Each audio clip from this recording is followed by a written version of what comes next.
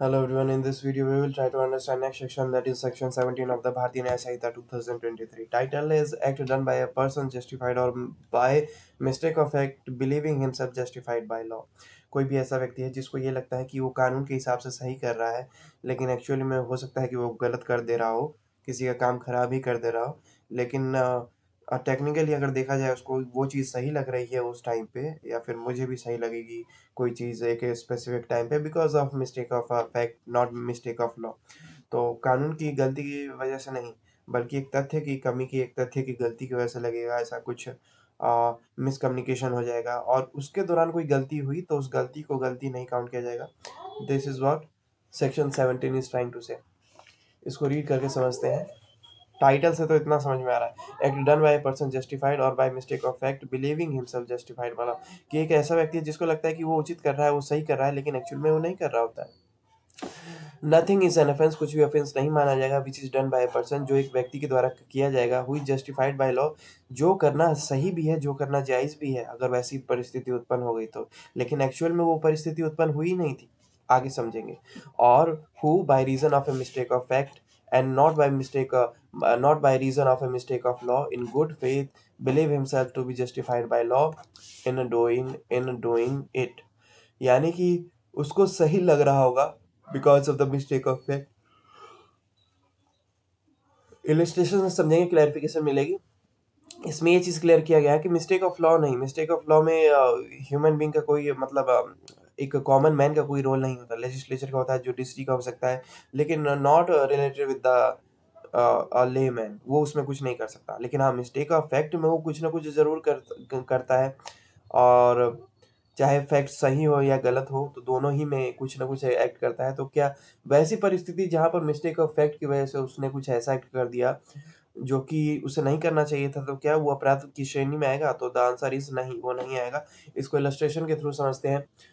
A sees Z commit that A sees Z commit what appear a to be a murder.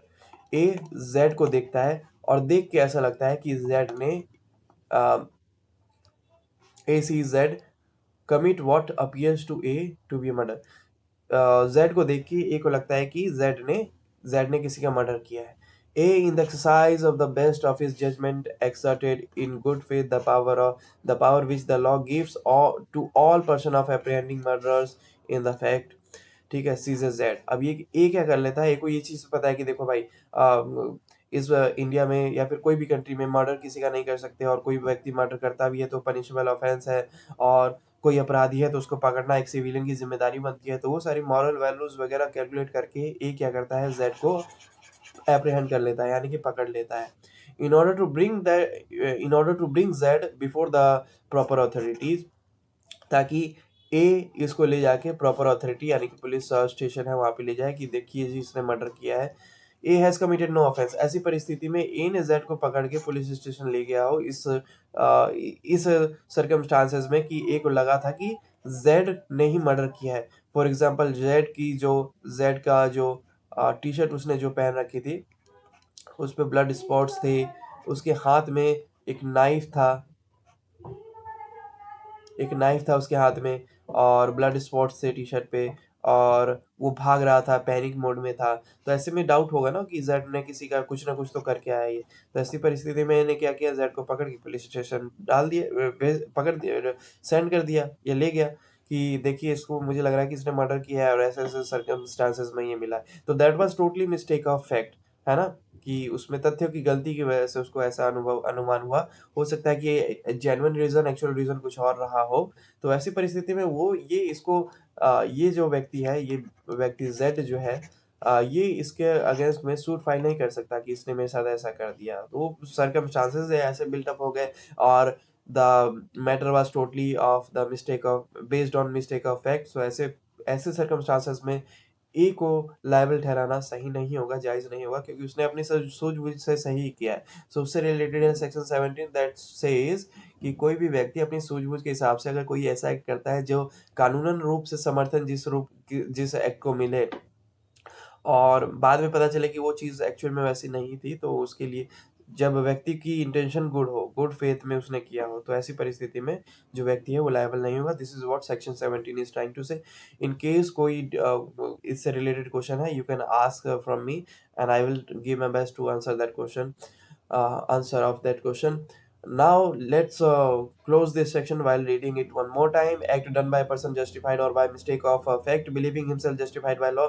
Nothing is an offense which is done by any person who is justified by law, or who by reason of a mistake of fact and not by reason of a mistake of law in good faith believe himself to be justified by law in doing it.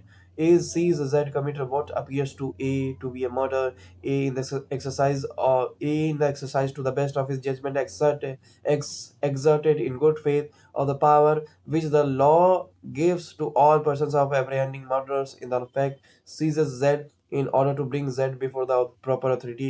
He has committed no offense, though it may turn out that Z was acting in self defense. तो बाद में जब ये पता चलता है कि Z self defence में वो एक्ट कर रहा था, तो इससे क्लियर हो जाता है कि ए ने जो अप्रहेंड किया है वो एक हद तक ठीक है, उसका अनुमान ठीक है, और मर्डर तो हुआ है, लेकिन वो जो मर्डर था वो सेल्फ डिफेंस का था। तो इसमें ए को ऑफेंस के लिए, किसी भी ऑफेंस के लिए लायबल नहीं ठहराया जाएगा, यहाँ पर उसको रिलीज कर दिया जाएगा।